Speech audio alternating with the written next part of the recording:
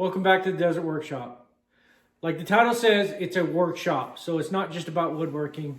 Today you can see I'm in my coveralls because it kind of changed temperature down here. It was 70s last week and now it's in the 30s.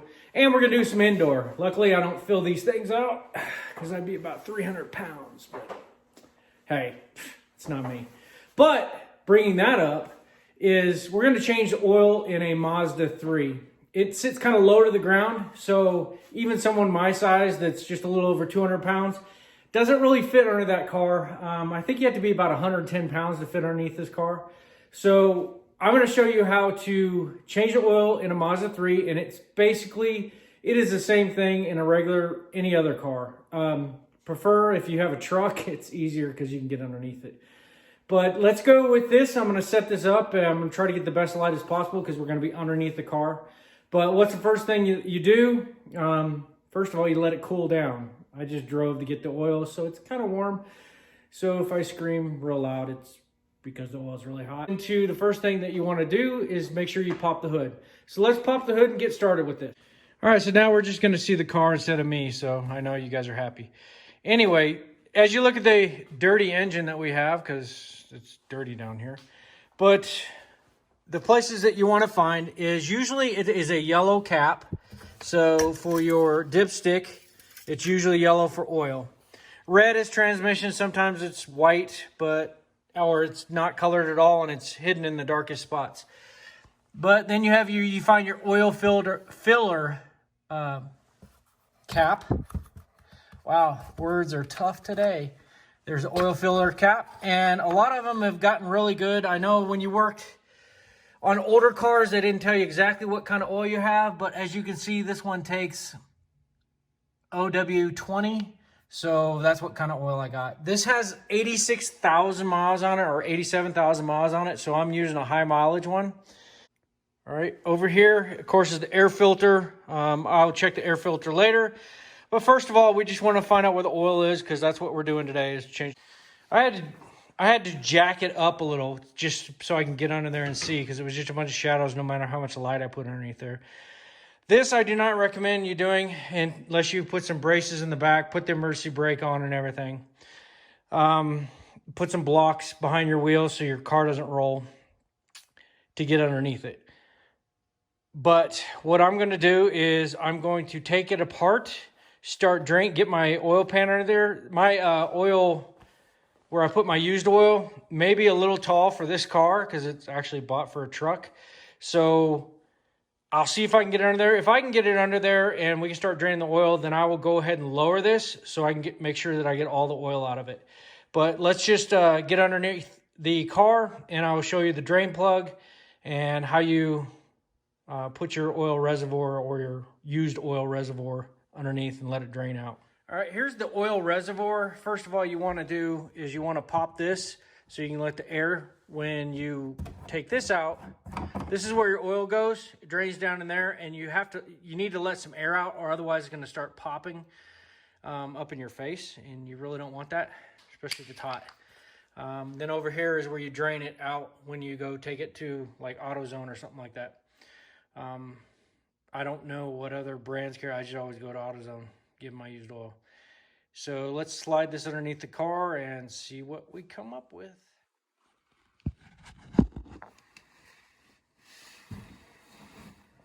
Okay. Right now, you're looking up at the actual drain plug and the oil filter. It's kind of nice because they're both in the same area, even though you can't actually fit underneath this car. I'm trying to get a camera angle and take a recording while you're doing a oil change. This is a new adventure for me. So right now I've just got to get the proper wrench to undo the drain plug, and then hopefully the people put the oil filter on correctly and it will be able to take off with our hand.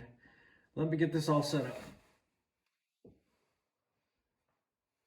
All right, so I got my wrench. It's really weird because this is a 5/8 and it fits on there because I think my 16th and 17 millimeters are off playing with my 10 millimeter. Anybody that works on cars totally understands that. All right, so I can do fifth. Okay, normally left is loose, going that way is left, and going that way would be right. But because we're upside down, I know, you got to think about this. You're upside down, you actually have to go what way? Would be this way. So that's loose. So we got loose. So let me go ahead and pull this out now that I have that loose. Pull this out so I can get the drain plug, because otherwise it's going to be all over the place. All right, so as it's draining the oil and draining the oil pan, I went ahead and lowered the jack down just to set it just on top of my oil reservoir, my used oil reservoir. So we'll let this drain out, and I'll jack it back up a little so I can get underneath it, and then I will pull off the actual filter, which was right next to it. We'll replace the filter, and then we'll fill it up with oil. I don't remember if I said it or not, but I wanted to make sure that I clarified this.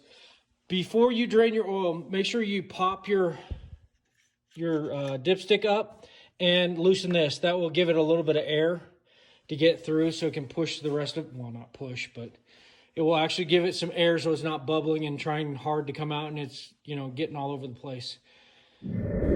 All right, if you don't get anything from this video, this is the one thing I want you to get. First of all, this is the old filter. I pulled it out of the old oil reservoir. The numbers on it are 6607. Make sure the new one that you get, this is a Tough Guard, this is just the regular one, don't worry about it. That's not the big thing. I know they're both the same one. In the Fram book, that's what it is. But you need to make sure that your numbers are the same. It's the exact same size. Do not try to put a different size filter on there. The second step that I want you to do is have lots of rags. No, I did not wear my gloves. I don't know why. I'm used to doing the oil.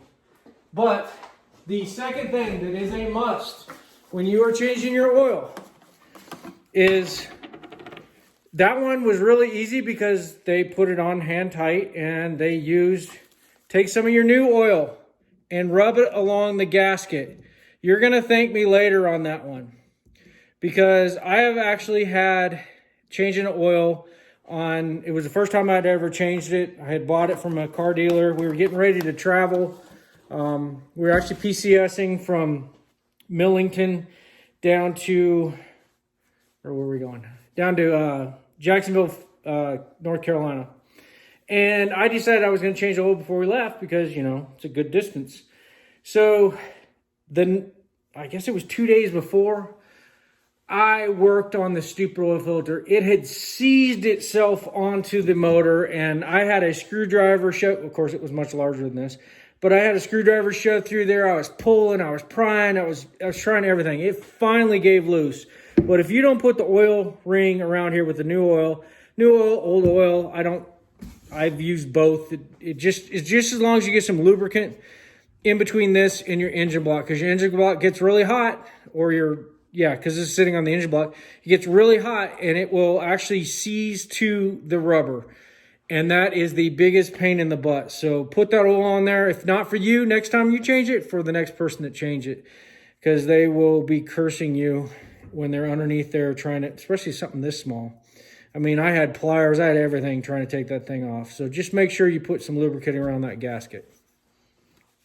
All right, I'm going to go down below the car and put this back on. Then we're going to fill it full of oil.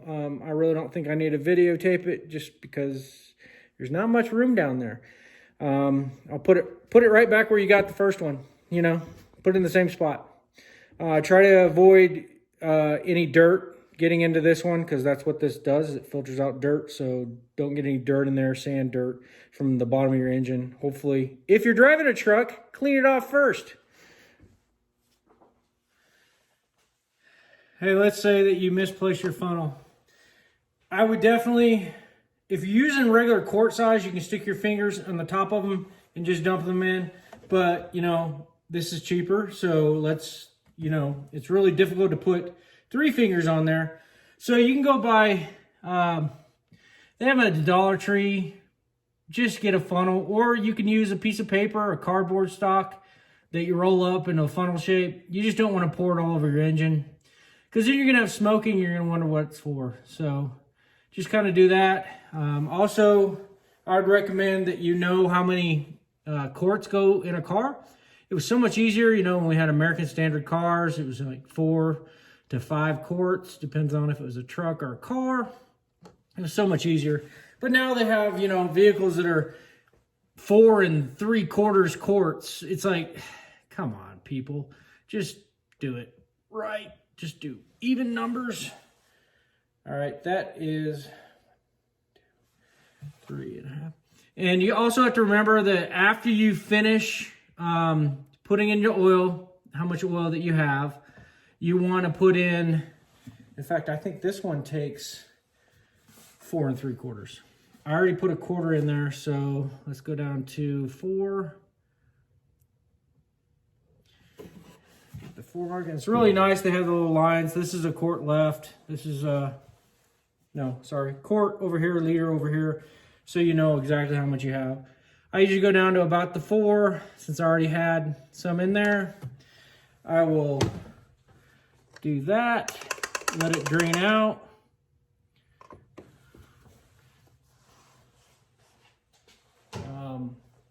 Push it down, but you have to remember, because of the way that the filter is sitting on this one, it's straight up and down. So it's gonna have, well, that little bitty thing's probably have 1/4 of a quart.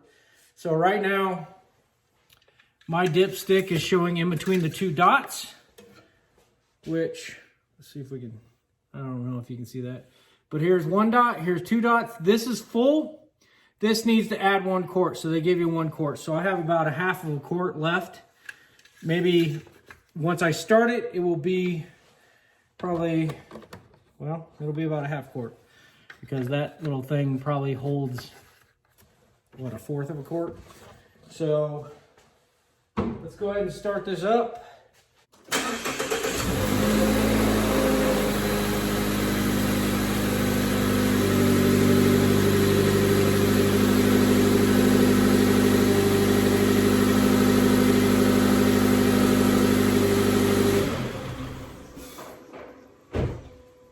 Run it long enough to let the oil circulate. It's not a biggie. So, do you hear the kind of whoo? No, it's not a turbo. That's because the air filter wasn't there. All right, so now we know, hopefully you can see this.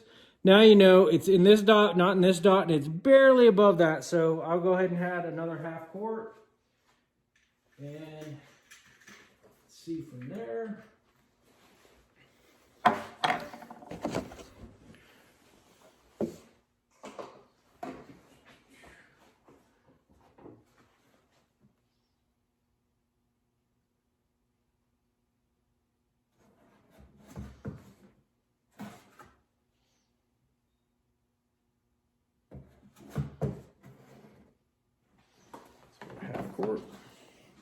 So this time, next time, I have about 1/2 quart left for the next oil change.